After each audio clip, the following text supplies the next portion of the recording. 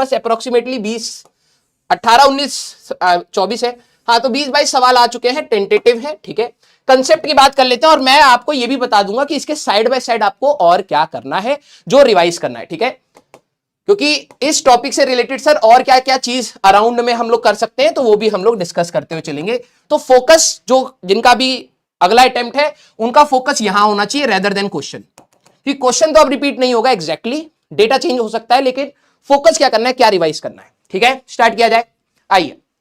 हाँ, तो resistance of length L is cut into 5 equal parts. आपने एक रेजिस्टेंस था बेटा, ठीक है, इसके आपने 5 इक्वल पार्ट्स कर दिए हैं, ठीक है।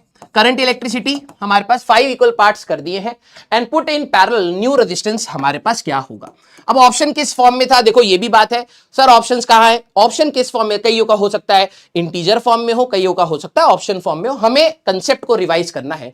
5 इक्वल पार्ट्स, इन्होंने कहीं रेजिस्टिविटी एरिया की बात नहीं करी, तो कांस्टेंट मान के चलेंगे, तो resistance directly proportional to length, तो ईच रेजिस्टेंस अगर मैं बात करूं, ईच रेजिस्टेंस, इसका आर ले रहे हो तो ईच रेजिस्टेंस हमारे पास हो जाएगा आर बाय 5 बेटा, क्योंकि आपने लेंथ को 1/5 कर दिया है।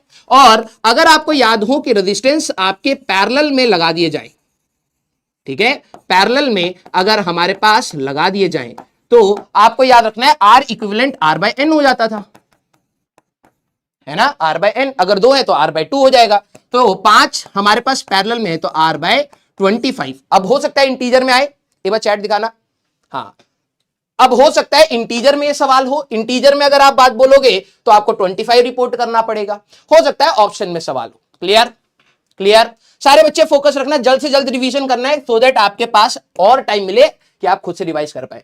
अब फोकस क्या है इस क्वेश्चन में, अगर आप देखें तो आपको अपने सीरीज एंड पैरेलल कॉम्बिनेशन के, सीरीज एंड पैरेलल कॉम्बिनेशन के, ठीक है, सवाल मिलेंगे,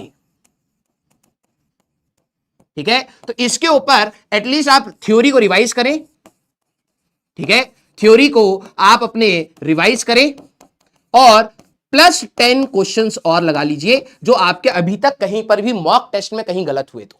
क्लियर, तो पहला जो टॉपिक हमारे पास आ रहा है that is series and parallel combination of resistance, आप प्लस बैटरी को भी इंक्लूड कर लीजिए, क्योंकि बैटरी के भी पिछले में अगर आप पीवाईक्यूज में देखेंगे तो कई बार आपको सवाल मिलते हैं। Clear, yes,